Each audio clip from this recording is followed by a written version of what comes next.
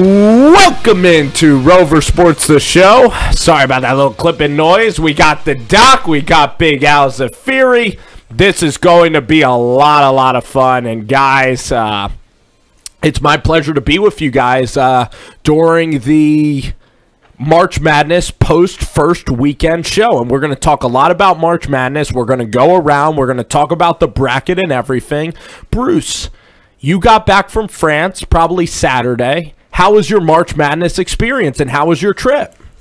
Well, I would say I wouldn't recommend going to France for March Madness. The problem is, it's not. You can't watch any of the games. That's a big problem. Right. All you have to do is watch. You watch a lot of soccer from Algeria. Oh no, no.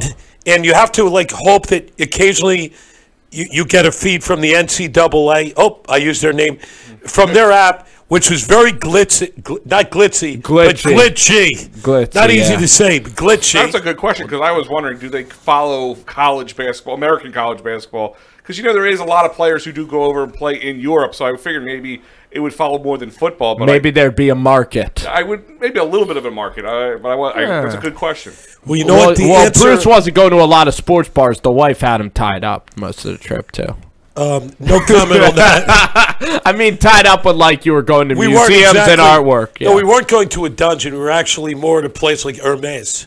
And with me, when I got stuck going shopping in Paris, right. And like kryptonite, that stuff made me weak in a hurry. Yeah, it made you weak in the pocket as well. So... Doc is here, and what a first weekend. I mean, what a tragic story of Fletcher McGee. Thursday night, Fletcher McGee breaks the all-time three-point record. And, of course, you guys can also call into our show there. The number is scrolling across. Call in and join the show on YouTube. It's 484-257-9592. So, Bruce, we can talk a little bit about Fletcher McGee. This is a guy that was an instant legend. This is a guy out of Wofford, out of Spartanburg, South Carolina, via Orlando, Florida. This is a guy who idolized J.J. Redick and Kyle Korver. He was the leading three-point shooter ever in college basketball, made the most three-point shots in 4 years, even with less attempts than Oakland's Travis Bader and then Steph Curry. And Wofford played very well against Kentucky. They couldn't get the job done. McGee went 0 for 12 as he was guarded by Tyler Hero. Do you think he was only a good shooter because when he played in the Southern Conference or whatever conference Wofford is, do you think that Kentucky is just too athletic for Fletcher McGee, and that's what caused him to struggle during that game, Bruce? Yes and no. In other words, I think Fletcher McGee is a great shooter. Obviously, to be the best shooter, the best three-point shooter ever, you're a great shooter. The thing about shooting is a lot of times you could be streaky. And you're up against Kentucky. It's a big stage. All the pressure is on him. And you just keep missing. He just kept missing. He kept pressing. To his credit, though, he didn't make any excuses. He didn't stop shooting. A lot of times, people like myself, I usually like to play between 6 and 7 feet below the rim. Not to brag or anything. But if I know I'm off, and again, you'll defer because you feel bad for your teammates that you're off. You feel like you're letting them down. I feel guilty for missing. And that's exactly right. And even if I miss a three-pointer, Al, and when you play basketball, you probably feel the same way. When you miss a three-pointer and your team gets the offensive rebound, it doesn't even feel like a shot. And against Kentucky, none of them were offensive rebound. Each miss was maximized, I guess. And also, if you're Fletcher McGee, all the pressure of you shooting, it's your last game of your life. It's the biggest game of your entire life, and it's the last game of college basketball. You're a senior. Just everything just maximized, and it was terrible. And you also look at the NCAA rims. Those rims at Wofford are different than the rims in Orlando. Those rims are new. Those rims are, you saw the basket. You saw that basketball net. Those rims don't look good to shoot on at all. So Fletcher McGee, I still want to congratulate him on an amazing career because it's about your body of work. It's not about one-time instance. But overall, this NCAA tournament was terrible. There were so many blowouts. I look forward to this tournament every single year, and it let me down, and it let me down in an awful way. There were so many blowouts. Look at Saturday. Murray State blowout. Florida, Michigan, absolute blowout. Purdue and the defending champions, bloodbath. Kansas and Auburn, Gonzaga and Baylor. It goes down the list and down the list. There were blowout after blowout, Texas Tech and Buffalo, North Carolina and Washington. In this Sweet 16, 13 seeds are the top seeds. 15 out of the 16 are 5 seeds and higher. This tournament was boring, blowouts, horrible basketball. Why? That's the question that I want to talk about for this show here, is why was this tournament so awful? And I think the 30-second shot clock is a big reason why. I think AAU basketball is crippling our youth. I don't think that these players know how to play in the half court anymore. And I think analytics and the three-point shot is ruining college basketball. It was just an awful, awful tournament so far. Awful. Well, I look forward to it every year, and it let me down like it's never let me down before. I think most of us will agree that the Duke game was the most exciting game of the weekend. And the fact that it just could have been. There were 3 major mistakes that were made against Duke. Number one, if you know Zion Williamson needs 3 points and he's in the paint, the one thing you don't do is foul him. Right. So that was the major mistake, is if you don't foul him, he only scores 2, you end up winning the game. Even before that, there was the instance where they threw the ball all the way down to Dawkins. What's his name? Aubrey Dawkins. Aubrey Dawkins. And there was no need. There was 1 minute and 1 second left. And that's when a team is an underdog and when they choked. In other words, hold the ball, get a good shot. If they would have, I think they would have won. You mean the alley-oop? The alley-oop miss? The alley-oop missed through the guy's hands, who was played a great game. I actually think it was the right play, because if you convert that play, you go up 6. So I think it was a high percentage play that those kids make 9 out of 10 times. I think the biggest mess up and what was wrong? How about Cam Reddish shooting a 3 and they couldn't get the rebound? And then on a free throw, box out. You know, it's elementary. We play basketball. Put your rear end into the guy and drive him back and box out. And also Zion Williamson got away with a charge. And I also think that the tournament is absolutely 1,000%. I think that CBS, Turner Sports, the NCAA, they make more money by having Duke in the tournament, and that's why Duke gets all the calls, because it's all about money. I think the game is a tiny bit rigged. I really do. I think that the refs I think that the refs are touchier on Duke. I do. I really do believe that, because there's so much money that goes into this tournament. You see that almost in any sport. I mean, it's the big names. They're always going to get. You can go to football. You're Tom Brady. You're Aaron Rodgers. They're going to get the big. Well, that's more to not get hurt, you know. No, it's also more to make the games. They're not going to. Listen, all the big names are always going to get the better calls. It's just the way it is. Well, they're selling. The refs are human beings. LeBron, the NCAA is no different than the NFL, the NBA. You know. I think, but it's not about the individuals. It's about serious money. In the NFL, if the Chiefs beat the Patriots, people would have still watched the Super Bowl. It wouldn't have. It would have not damaged it. But if you had Central Florida going to Washington D.C. to play, the value of that ticket drops astronomically. Exactly. But not for football, not for the NFL. So I disagree with you. I would rather own an NCAA franchise, if we could, over an NBA or franchise, because you don't have to worry about big contracts, big numbers, and they make more money.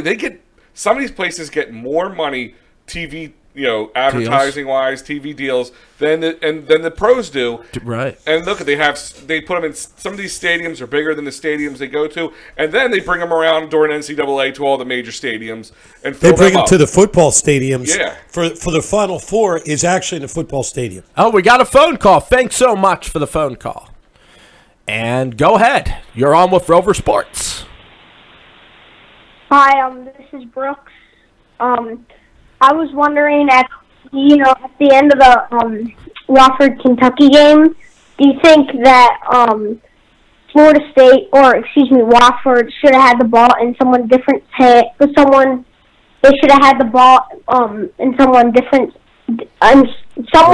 different hands instead of Fletcher McGee, because he had an 0 for 11 game, or 0 for 12 at that. Or 0 for 11 at that point.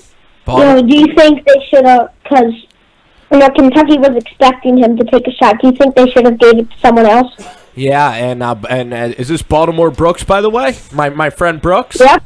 Oh, Baltimore Yep. Brooks. So, you know what I think that is so tough for Wofford, Brooks, is that I think that Wofford only had one big guy. So you're down by 4. You want to get a layup in that situation. But I think Kentucky's defense for Wofford, it's not like they had a big center that would be able to go inside and get an easy 2 anyway. It's not like anybody could break down the Kentucky defense. So I'm going to ask Bruce this question, but I didn't mind McGee shooting that shot because that was a desperation look when you were down by 4. And I don't think that they were getting an easy 2. When you play Kentucky, I don't think that Kentucky would have yielded you a layup. So what do you think about that, Bruce? Well, I look at the hot hand, the guy named Hoover. There were 2 shooters on that team. Nathan Hoover. Nathan Hoover had a great game. He looked like J.J. Redick in the game. He looked like great. McGee was supposed to look, and I frankly hadn't seen him play before. In the second half, right, other than that one, So the he fact should have that gotten more looks. Hoover- Storm Murphy. So you know what? On one hand, if McGee would have, made shots down the very end, it would have been vindication for him. He was their player of the year. Without McGee, they wouldn't have been in that spot. So I don't fault them for letting McGee take the shot. But sometimes I think they should have set a screen for Hoover because he was used to seeing the ball go in the basket. And McGee was just trying to be frustrated. He was professional, didn't make any excuses. But we've seen that even with J.J. Redick, Baltimore Brooks. I've seen Redick go cold, and he's one of the best shooters. I've even seen Steph Curry And guess earlier in what? the season. Steph went through a cold streak, and you think that guy's invincible. What does Ray Allen say when you miss 10 straight threes? You're going to make the next one. Shoot 10 more. Shooters shoot, baby. Shooters get out of their slump. Go ahead, Brooks. Well, I also think, the pressure was on him. He's never seen, such a big team getting played on national television. And, Kentucky was expecting him to shoot the ball a lot. And, I kind of do agree that the Southern Conference isn't as tough. And, you finally get a good team with a good coach that understands, that you need to cover the guy with the best shooting. I think it was a little bit of nerves. But, 11 of his 12 shots were contested. And so that just shows you that, Kentucky was ready for it, and, they could tell when he was about to shoot it.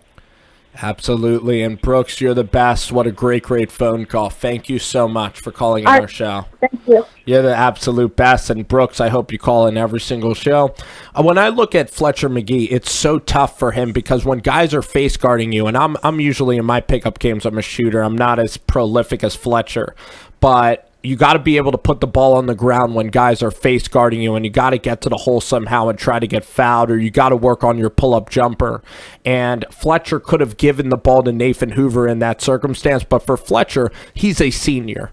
And when your seniors are your best players, this was his last game. Nathan Hoover is still going to be able to play next year for a chance at an NCAA tournament. So for McGee, I didn't mind him being selfish because it's his last game, and Nathan Hoover still has next year to play.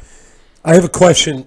I think we could all agree that McGee will be drafted. Do you see him as a second-round draft? Second-round draft. Now, the great news is he's the same height as Redick, so he's 6'4". He is the size. He is tall enough to be an NBA shooting guard at 6'4". Another guy, John Morant. John Morant was reputed to be from Murray State.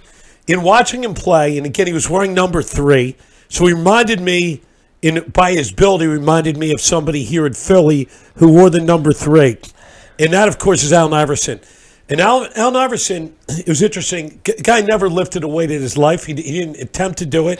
He lifted a lot of doers, actually, but he didn't lift a lot of weights. Yeah, he lifted a lot. But somehow he was able to navigate amongst the trees. He was able to get a shot off. When I saw John Morant, and his name is Morant, it's an easy name because it reminds me of Durant. Ja. You just put... His first name is like Tartavian Moran or something, but they call him Ja, so it's easy. Goes by But Ja. I can remember his name because it's like Durant. His name's Morant. So right. It's easy. I can remember the name. Morant. In looking at him, his team certainly they lacked a lot of size. Was The that Murray State Racers. Okay. Florida State looked like that looked like a game where it was a Division I college team playing against fourth graders. I mean, they were so small, Well, I think so Brooks made a good outnumbered. point. I think you come down to a fact that some schools are ready, and some kids go to schools knowing they're ready for a big stage, and then you get these smaller schools who come up to a big stage, and I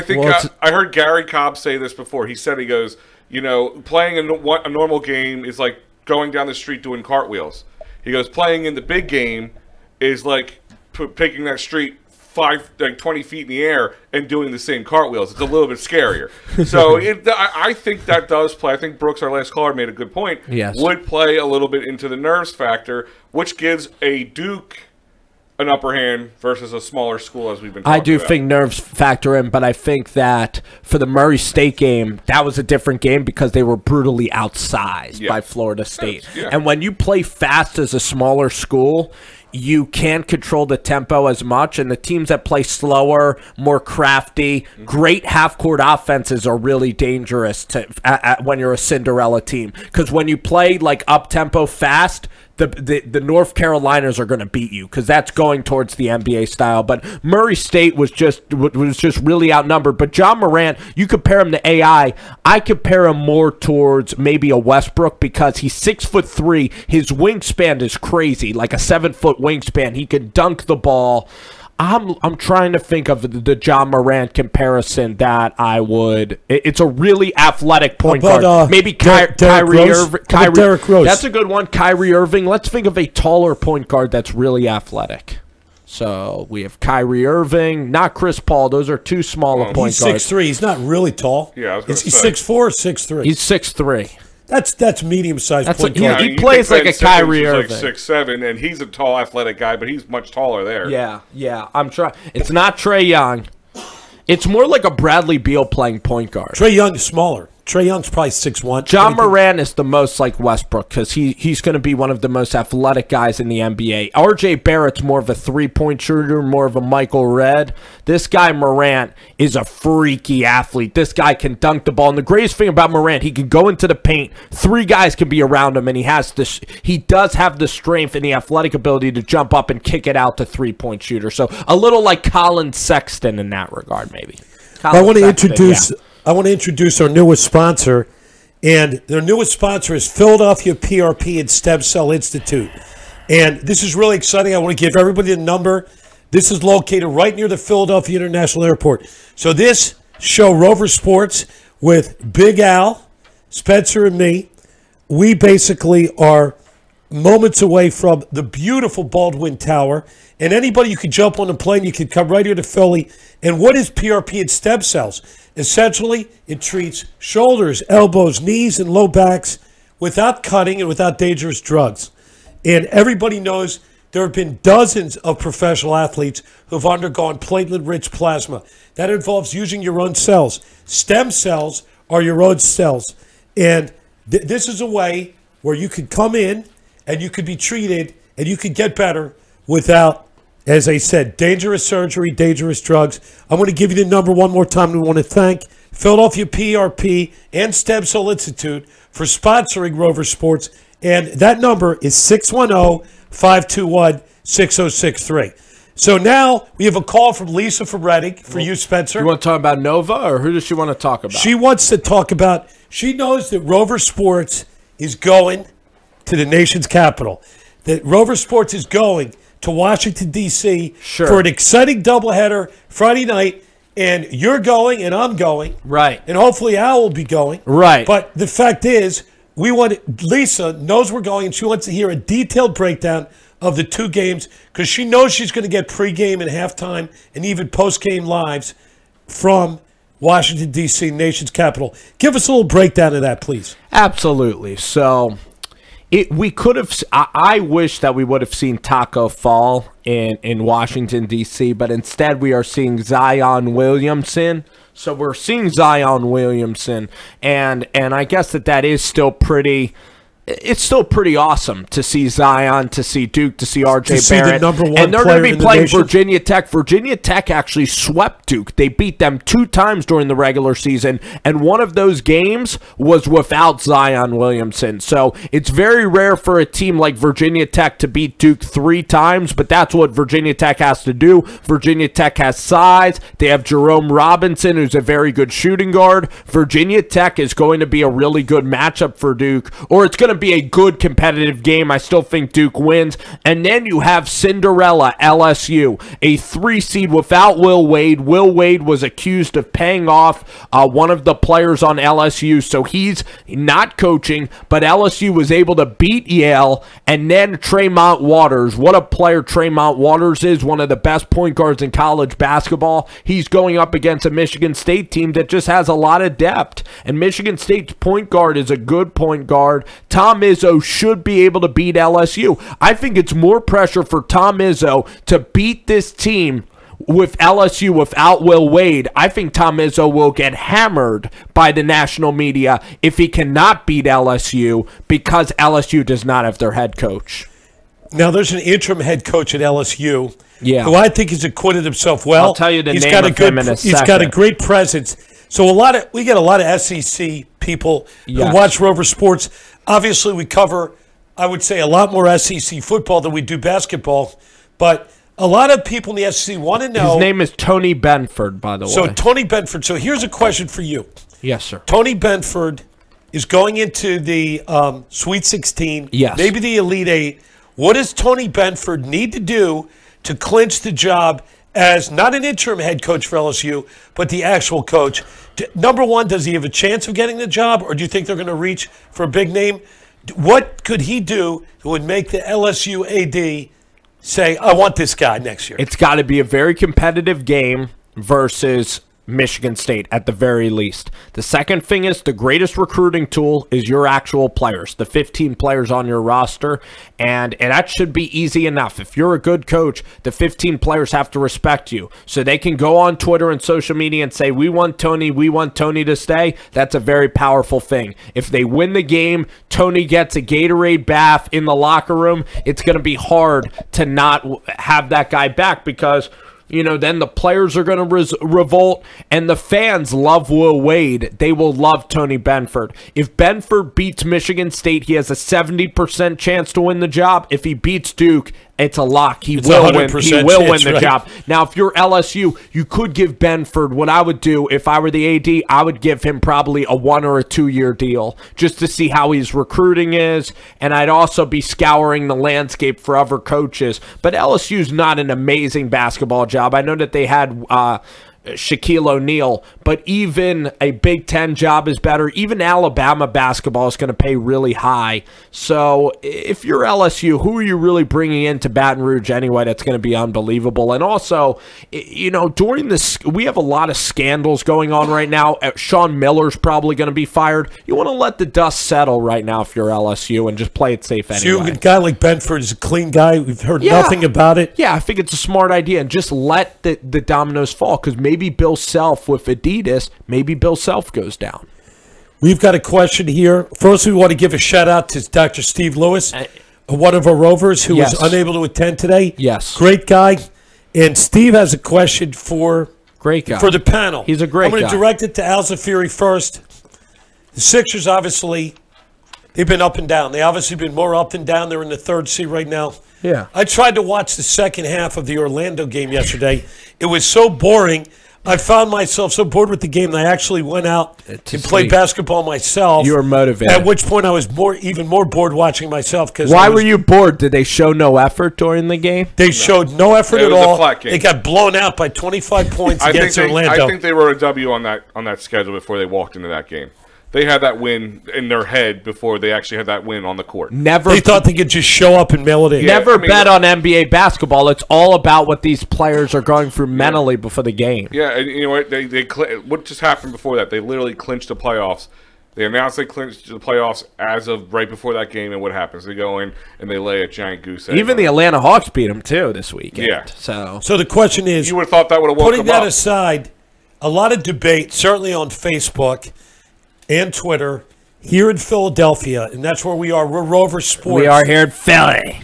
Is Brett Brown the guy to take you to promised land? Is he Doug Peterson or is he Andy Reid, who you could have for 13 years and he'll just come up short every time? Even last year, Andy Reid, likable guy, good coach, prepares well, but in game time, does Brett Brown does he have the mettle to bring him to the promised land? You watch a lot of basketball, Big Al. Well, I want to hear your opinion. I want to hear Spency's opinion on that. I'm always shaky on my Brett Brown, but I always kind of lean towards the no in that answer. I did. Here was my issue from the get-go. When they were trying to win, when they were coming out of tank mode and they were going into win mode, I said it's kind of hard to have a bunch of players follow a guy who was, not that he was trying to lose, but it was in that losing culture. So I gave him a chance, and I'm still giving him a chance, but he shows streaks of, hope, but then you see these kind of things. But, and it's hard to judge a coach, especially in basketball, because does a coach make a team, does a coach win a game? No. Players win the game, and it comes down to that. But are the players meshing well, and are they getting better? That is the big question, because, this team is completely different than it started the season. Completely 180-degree difference from when it started. And you would think, at least by now, most of the team would be meshing well. I still, maybe, Tobias and all them, they're still a little young back with the Sixers. But, like, Jimmy Butler, you saw some, especially when they played against the Celtics, came in with a big win on there. He was literally earned the name Jimmy Buckets at the end of that Celtics game. That was tremendous. But then you see they go up against these lower-tier teams, and I don't know, is it just a mail-in job thinking, I'm saving myself for more important stuff? I mean, you kind of saw this from LeBron at times, like towards the end when the playoffs were coming around. Not that he dropped off, but he played less. He wasn't giving you kind of like, well, what's going on with LeBron? And then here comes playoff time, and then boom, here they go. Well, Al, if I were to ask people in the NBA, the only coaches are Popovich and Brad Stevens. The coach of the Toronto Raptors fired their coach, who won the Coach of the Year. Yeah. So this coach won Coach of the Year, and Toronto's like, you know what?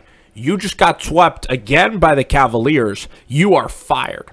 Tyronn Lue was a coach that, was in and out, and Tyronn Lue was a guy that was, I'm happy Tyron's doing better because he admitted that he was nervous being a coach. So he wasn't. Remember that article of Tyronn Lue? He was dealing with a lot of stress. Anxiety. Tyronn Lue is like a decent guy, nice guy, but I think that in the NBA it's all about players. I really do think it's all about players. Look at Billy Donovan, tremendous coach in college. He's terrible in the NBA. So the point is, and people say, Al, who's going to replace Brett Brown? And then you're like Elton Brand, Jason Kidd. You just list players that you like. Steve Nash, Luke Walton, even Mike Brown coached the Warriors, and there was no real drop-off. So with coaches, the one thing about Brett Brown I'll say is that he's terrible at not taking timeouts. Like late in the game, he can get better at stopping runs and taking timeouts. The other thing is we need more set plays out of the timeout.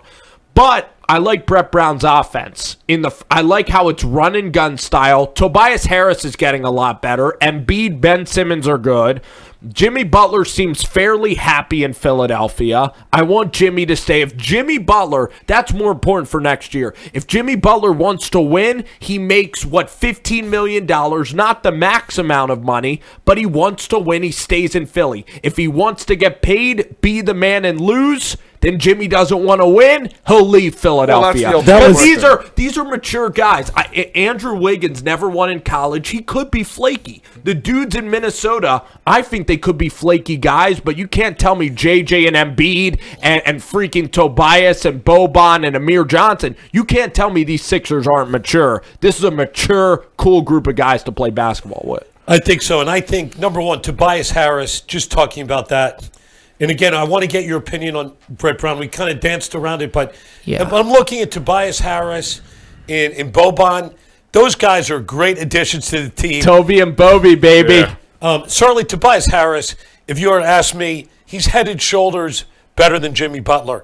He's a little bit bigger. He's definitely younger. He's dominant. Got a great shot. If you can have any game of basketball, it would be Tobias because his pull-up game is so smooth. He's such a smooth scorer. He's such a better shooter than Jimmy Butler. I think it's going to come down to the fact who you're going to pay. You got to pay one of them more. It's just going to come down to it.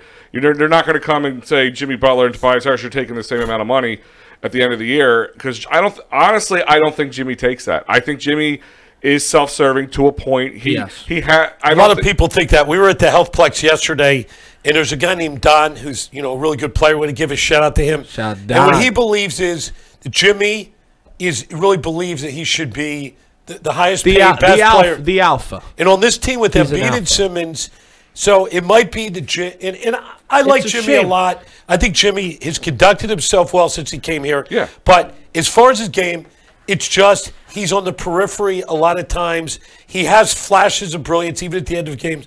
But I don't think he'll be worth the money that you would have to allocate to him.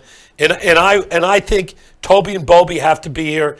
If you got Toby, at least Toby, Joel, you're going to obviously. Bobby's got to stay. Bobby's optional. Bobby is Toby's psychologist. I know. They're best friends. But Bobby is not a lot of money. I don't think Bobby's a free agent. As long as the price he's not is a free agent. He's not a free agent. No, he's not a free agent. We're not getting rid of Bobby. He's low playing. Do you know what Bobby reminds me? He reminds me of like a 1997 center. Like he was the prototypical, really tall, Ostertag, Mehmet Okur, early 2000s.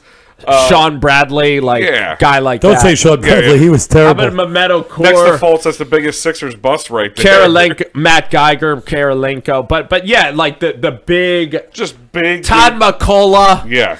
I'll tell you another one. The guy, Rasho Nesterovic, a couple of those Euro bigs you absolutely talk about. But Brett Brown, if he wins 2 series, he's staying. And Brett Brown is liked. Do you really think his pupil, Elton Brand, is going to have the guts to fire him? Heck no. Who else are you going to put in there? If Brett Brown has stability, this team loves Brett Brown. And I think Brett Brown, if he wins the first-round series, then he's going to go up against a Toronto team. Then that series needs to go at least 6 or 7. If he gets blown out like in 5 games in the second series, this town will want him gone for sure. Well, and that's my thing is, I honestly, if the Sixers didn't make the moves that they did this year, if Elton Brand didn't go out and rebuild this team completely. Oh, with Jimmy, we're all in. I thought that Brett Brown would have been gone by halfway through the season. Figure the way we lost to the Celtics round 2 last year, and then the way that we were being swept by the Celtics up until the last game we played against them, I thought that might have been all but the last nail in the coffin for him, because kind of like you were talking before, some coaches, some teams just have, we call them, your Sixer killers. You have those certain players that always just seem to play better against us, and the Celtics have like 3 guys on their starting three Jason Widdens or something. It's like you have them on the team, but you have to be able to beat those teams now and then. And Bede said it the best. He goes, "This isn't a rivalry. We're getting our asses handed to them." Those were his exact words. That was very honest, and that takes a lot to say that. And that's why I think the town, that's why I think Embiid's a lovable character, because listen, I'm sucking right now. He'll say, "Oh, I suck." Like, he is willing to say that. He'll say, "Hey, my teammates, they suck too." Because, he can do that. And that's why I love Jimmy as well. Yeah. But here's the thing, though. If you didn't get those players, I think Brett would have more leash. I think the fact now that Elton Brand got Brett Brown, Jimmy, Tobias, and Boban, we pretty much have 4 stars, and even next year, we're admitting our team's not going to be as good because Jimmy's probably not coming back. So for Brett Brown, it's more pressure. You better freaking win. And I think for Brett Brown, I need to see how this team plays in the playoffs if there's effort. But if this team starts turning on Brett, you will know. If this team goes down and there's not a lot of effort, we'll know. I think the Sixers are still going to be in the conference finals in the East. I think they have a great chance to make the NBA Finals. I think they have a very, very good chance with Jimmy. I think Jimmy's on paper, I agree with Jimmy's going to close out some games for the Sixers. The bench is going to play well, and Embiid and Simmons are ready. I think that the Sixers are going to have a great chance, and I have faith in Brett Brown that this team is going to go to the NBA Finals, or at least the edge of the Eastern Conference Finals. But if they lose, we will know. I think with Brett Brown, the evidence will show, period. But what do you think, Bruce? Brett Brown is a great guy. I like watching his post-game conferences. Yeah. He's been around town, goes to Bryn Mawr movies a lot. And he was through the tanking as well, which is By the way, who the nicest guy is? Who was probably the worst general manager ever, the nicest guy. See if you can think of it. Billy King. Billy King is the guy. He sat next to us, actually, one of the games. Yeah. Now, So you got to be able to separate the man from his accomplishments. Billy King, when he was with the Nets, was absolutely horrible. He was terrible here. Now, I'm not saying that Brett Brown is terrible.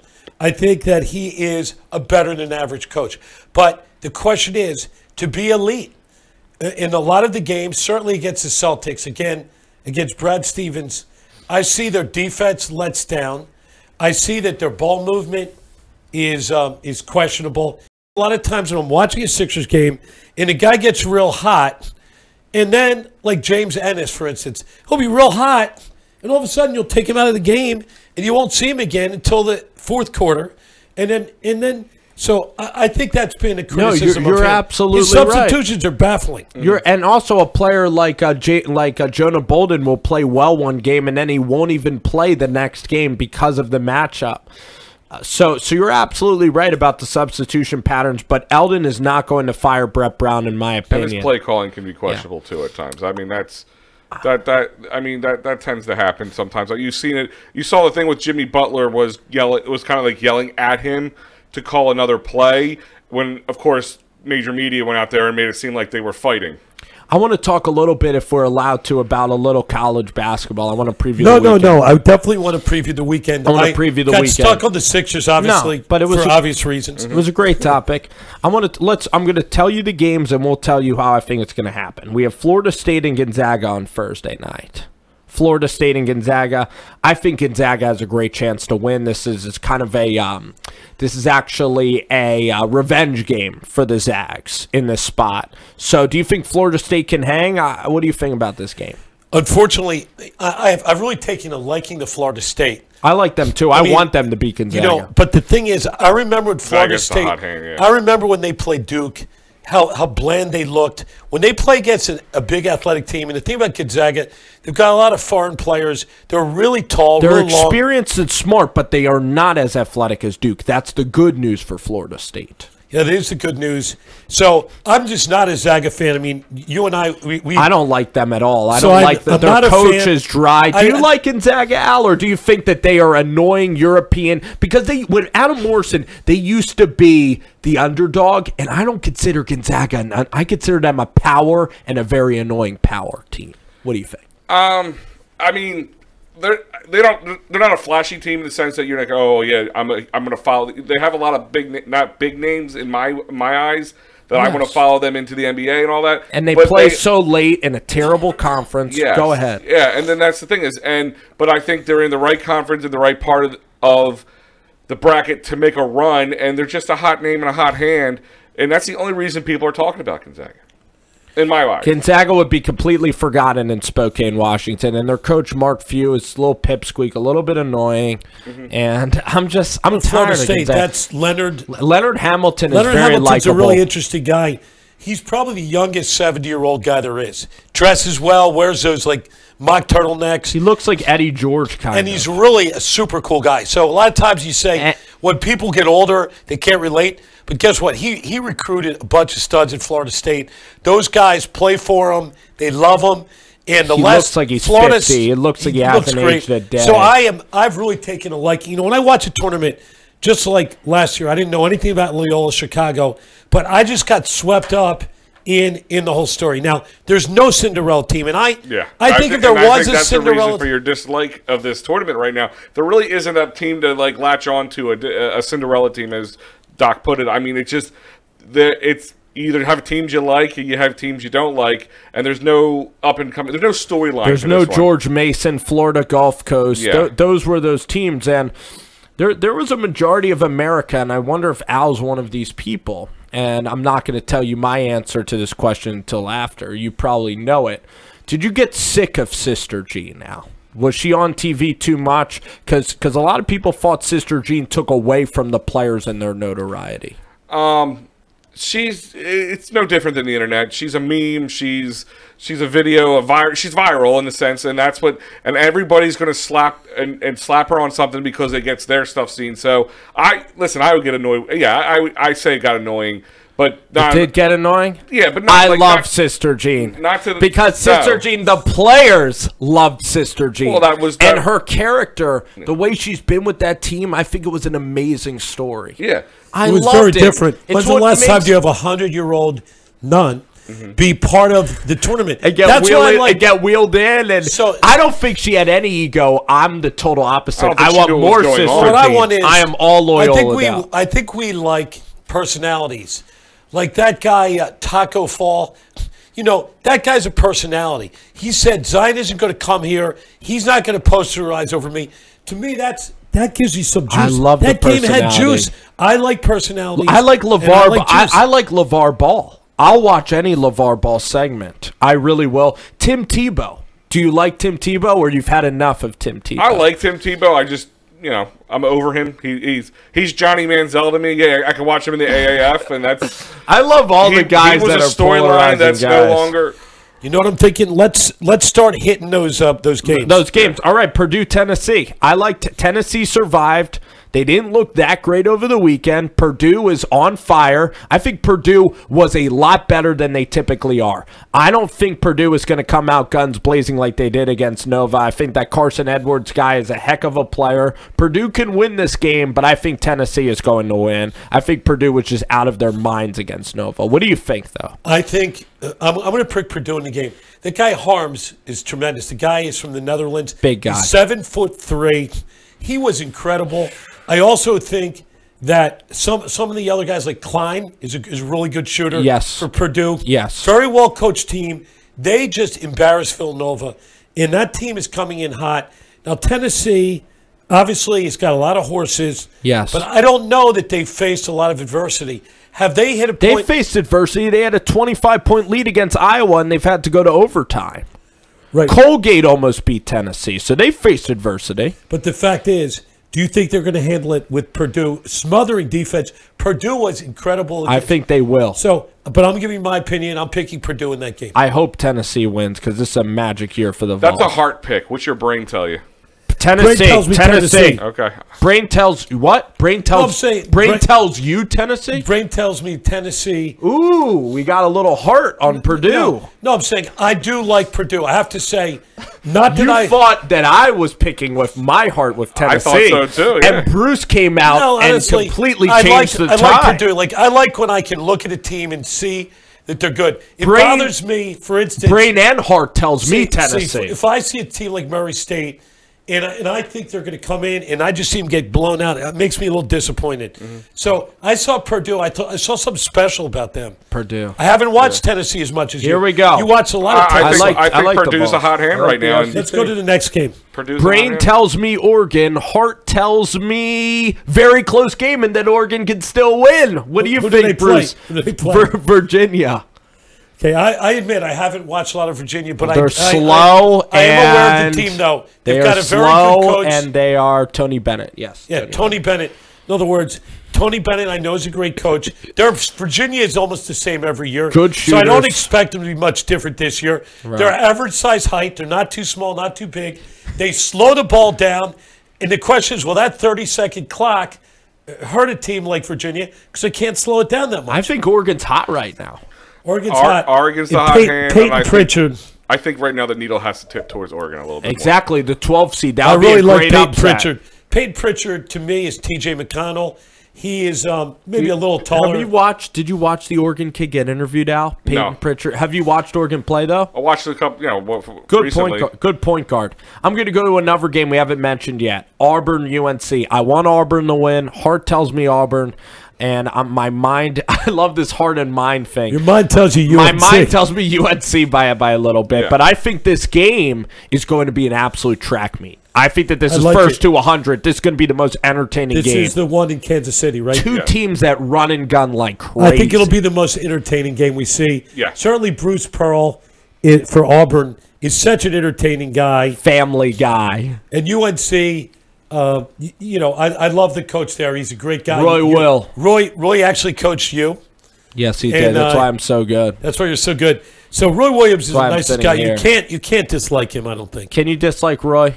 I can just like anybody if you try hard enough. But you know what? You know who I think that Coach K is snarky. I don't really like Coach K. Yeah, well, a lot of people. He looks like a Blue Devil. Yeah. Yeah, and I hate that hair piece he has in there. He probably put so much Rogaine in his hair to keep it staying there. I honestly think he put crazy glue in his hair. UNC State. I think they're UNC. Yeah, I think they're gonna. I kind of have them going to the championship game anyway. So great underrated matchup here. PJ Washington, will he play for Kentucky versus Houston, a team that is literally like 33-2? What a game this is going to be. I'm going to pick Kentucky late. I think Kentucky just has more seasoned veterans on their team. It's going to be a heck of a battle, though, with Houston. I think this is going to be a tremendous basketball game. I'll be very honest. I haven't seen Houston play this year.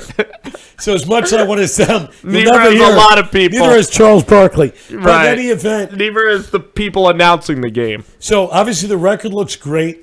They're in a division that isn't that good. The American Conference. So I'm going to pick. I'm going to pick against Houston only because I know nothing about them. That's and an you intelligent know about pick. Kentucky, and Kentucky will play tough defense. And I think it's going to come down to the big game. You're getting further into the tournament. I think Kentucky gets. You got Travis. I think Travis is the real mature player. Yes. On Kentucky, that's a good story. He's had a really bad. He's had an injured knee. He's tried wearing the brace on and off. And according to Coach Calipari, who I usually don't like, but I kind of like him this year because he's very so honest. brutally honest. Yes. He's saying that Travis is the one guy who basically shows up. He's a professional every day. And he basically said all the other guys, he has to try to motivate them.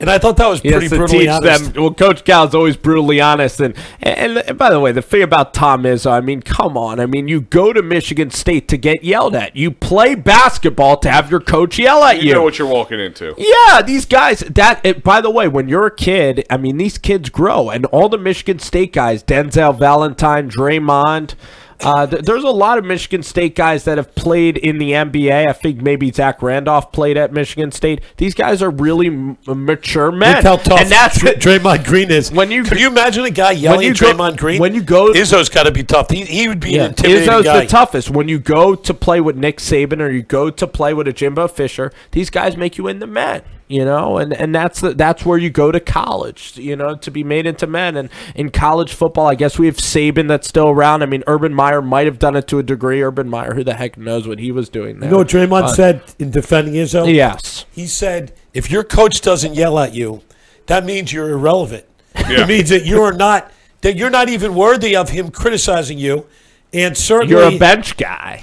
Certainly we've seen, if you ever get to a practice, even like Phil Martelli and you know, you see those guys, he yells at his guys, you know. That's just what they expect. They get coached up. A lot of it's high volume. Coach Dace, we won't give a shout-out to Coach Josh Dace, who's not with us here tonight. Yes, but sure he's still here. He's still with us. He's still with us he's with us in spirit. He's playing some flag football and basketball. Yes, he's still, luckily, knock on wood, he's here. Of course he's down below. He's not 6 feet under, and he's not up there. Not at all. We're just saying he's not in studio. Let's not get so cosmic about yes, we're not going to get cosmic, but you phrased it that way.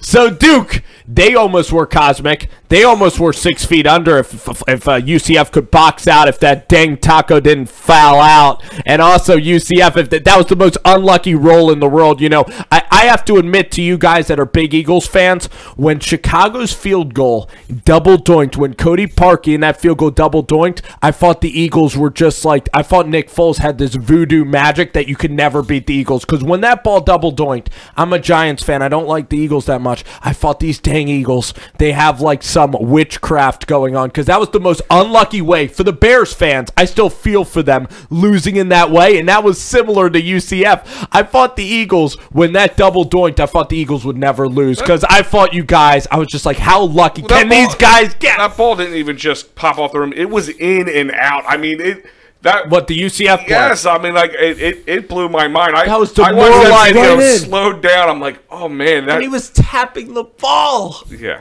It was a great tap. It's a game of inches. It was a good play, too, at the end of the game. But how about if Taco didn't foul out? 7'3", he would have been in that spot. If we could get a dang rebound. The alley-oop, too. How demoralizing was that alley-oop, I mean? Well, I think it was just you think it was a good play. I think they should have slowed it down. They should have slowed it down, got 30 more seconds. Now, Duke barely survives. We've seen teams that they barely survive and they go on to win it all. Do you think Duke seen that a lot. Could Duke still win it all? Of course they can. They're the #1 seed. The interesting thing is They're not that good at shooting. But listen to this. I think if you have the dream final is UNC Duke. That's kind of what I have. I don't think like anybody. UNLV Duke. In other words, there's nobody, but UNC Duke. It's the biggest college rivalry of all time. To get that on the national stage on Monday night, I don't think there's anybody who you either love Duke or you hate them. And I don't think there's anybody. That game is going to be the most watched game. If that turns out to be the final, you can forget about all the chalk. That would make that'll be an amazing game. They're going to break every forget record. about this weekend. Now, my dream let's pick our dream final. My dream final would be, I think Oregon as a 12 seed going all the way would be cool. So I'm going to pick I just don't see that. Oregon and Auburn. I want a really random final. I don't need the big horses at the end. Listen, you don't. But it's not about it's not about you. It's not about everybody. me. It's not about me. And I think the doc has it on the nose here. I think that is going to put more butts in the seats. That's going to put more people sitting down to watch this game. Is because, like you're talking about, a lot of people casually watch basketball during March for their brackets and everything. A lot of people have UNC and Duke in their final, in their championship and game. they will be watching it. Whereas if you bring in Auburn and Oregon, well, but I like fresh blood. I like fresh blood. I like a team that's never won before, like a Texas Tech from Lubbock, Texas. You're not a typical. You said this isn't. It's like the Super Bowl. How many people watch the Super Bowl who don't watch football all year long? It's the most watched thing. A lot. So. They know Tom Brady. They know the Patriots. Yeah. You'd have to literally cliche. You'd have to be brain dead. Yeah. Honestly, in fact, anybody look at your. In fact, I don't like the people that are at a lot of Super Bowl parties because they don't watch football. No. They're just cliche people. They're executives who are just there because it's a party. I like the people that watch the conference finals or even people who watch preseason football or diehards. If this year's Super Bowl was the Cleveland Browns versus... Well, not now. The Cleveland Browns are freaking America's team right now. If it's the Cleveland Browns versus... No, let's do Jacksonville. Let's pick the most boring Tampa. team. Detroit versus the Baltimore Ravens. I think the Ravens are boring as sick. Yeah. Yeah, I mean that wouldn't garner as many. You're right. You're right. UNC Duke, 1,000,000%. You're right. It would garner most of America's attention. I got a question for you. You follow the Giants, obviously. Yeah, let's rove around. Today, this is a random question. What happened today? Do you hear Jabril Peppers? But what happened to him? What happened to him? There is a gun that was used in a murder. Is he still alive? No, he's fine. But apparently they traced the gun that he owned to a shooting. And now imagine Jabril Peppers is your big scorer for the Giants in that trade. Imagine if something happens where he can't play. How bad would that trade be? So he literally owns a gun. Well, first of all, he owns. I just saw it flashed across. Well, he owns a gun in freaking New Jersey. What is this? The New York Giants. Remember Janoris Jackrabbit Jenkins? Someone was murdered in his freaking basement when he was in Florida, and now this other guy, and now we're murdering other people. I mean, this is crazy. I can't believe you just dropped this on me. I thought Jabril Peppers was Michigan. I thought he was one of the smart guys in the NFL. He was not associated with this crime at all. But somehow, forensically, they tied the gun to him. Now, it might turn out to be nothing. It was registered in his name. I thought that was news today. I thought Jabril Peppers was Mr. Rogers. I thought he was. Well, who knows? The last guy to do I'm just telling you that's breaking news. Yeah, and they think Odell had locker room issues. Imagine this. I'm going to give you, since we have a couple minutes left, I'm going to give you a New York Giants question just because you have to. Let's go. Answer this question. Are they rebuilding or are they going to win this year or trying to win this year? Can somebody please answer that question? Because apparently the Giants can't. So I figure maybe you can. Well, what Dave Gettleman would say, what I believe is they are trying to win. What Dave Gettleman says is we are building while we're trying to win. Wow, that is the biggest cop-out. That's the biggest hedge it's like saying, yeah, I want to date you, but I also want to build my relationship stronger with other women. Yeah, that's right.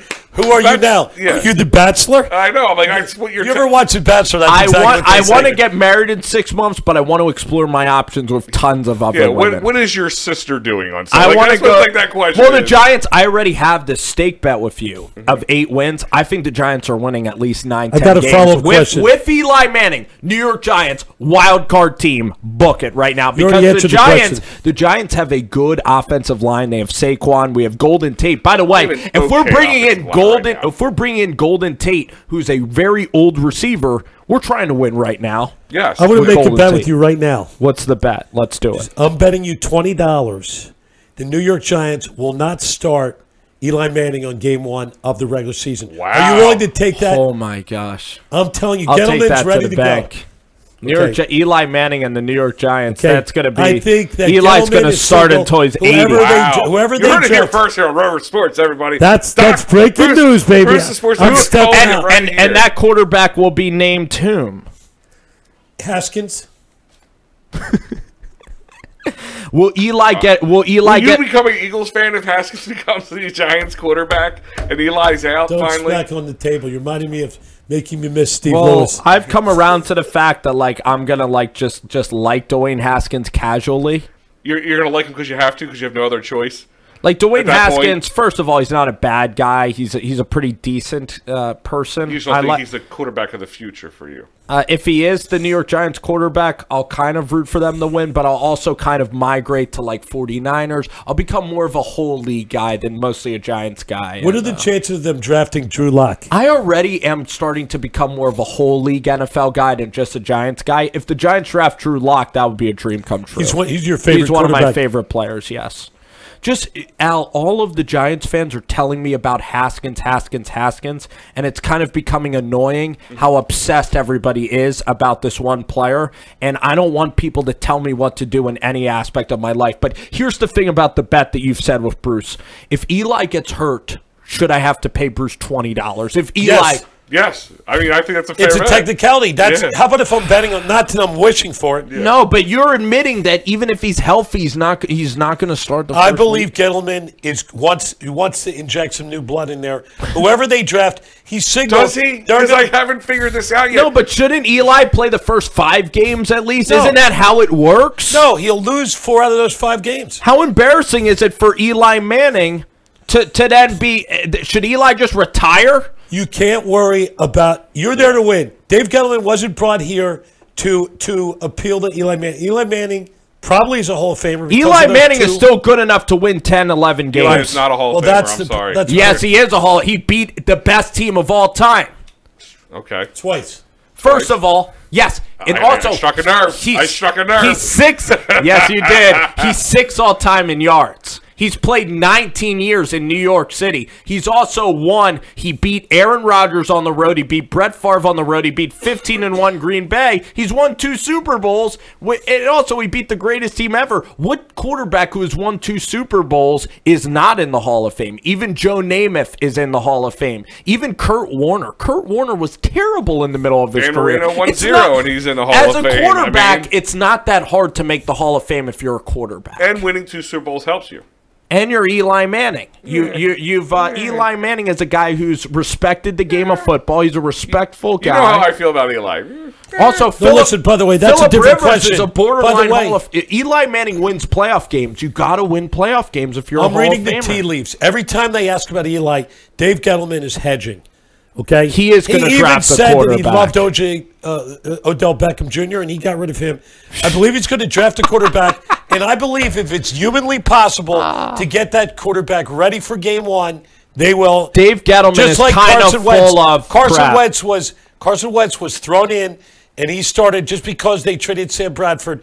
And you know what? If Gettleman brings his guy in, That's why we have a bet. Can That's I why tell, we're can I arguing tell about you this. a funny Gettleman story? Sure. Dave Gettleman says, we're bringing Odell Beckham in. We don't trade talent. I'm not looking to trade him. He then literally called up Buffalo and says, what is your offer? And then he said that the deal with the Cleveland Browns was so incredible that he just couldn't pass it up. Are you kidding me? Jabril Peppers is so average. You got a first-round pick. He clearly was looking to deal Odell Beckham. That's a load full of he was BS. Clearly doing it. I'm gonna load full Thank of you BS. for not cursing. Yeah.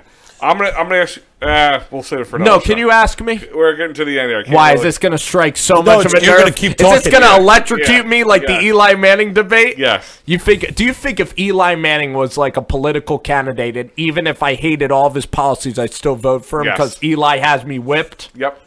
I love Eli Even if Manning. he was going to turn you into a socialist. All right. Hey, now you're getting way on too much. that note, Now you're getting. I'll never say my politics unless you waterboard me during the show. it could happen. Yeah. I stay away Next from that episode, completely. waterboarding. There we go. I stay away from politics, religion, and money. All right, go ahead. Just like I'm You've been very good at 1970s. staying away from money, bro. Go ahead. Close it out. I'm like Spence. Kramer, right? I have no income. Close it out, Spence. Well, guys, I'll put on my headphones for this so I can hear myself. I want to thank you guys for coming into Rover Sports. We had a lot of fun on the show. We broke down March Madness. We talked a little bit about the Giants at the end, and we talked some Sixers for the Philadelphia listeners out there. We talked a lot of basketball. Next week, we got Bryce Harper, the debut. I'm going to tell you guys all about that show. We are going to opening day. It's going to be tremendous. The Final Four will be set, and we'll be 2 weeks away from the Masters. So thanks, everybody, for listening and watching the show. Everybody have a great night. God bless, and thank you guys for tuning into Rover Sports tonight.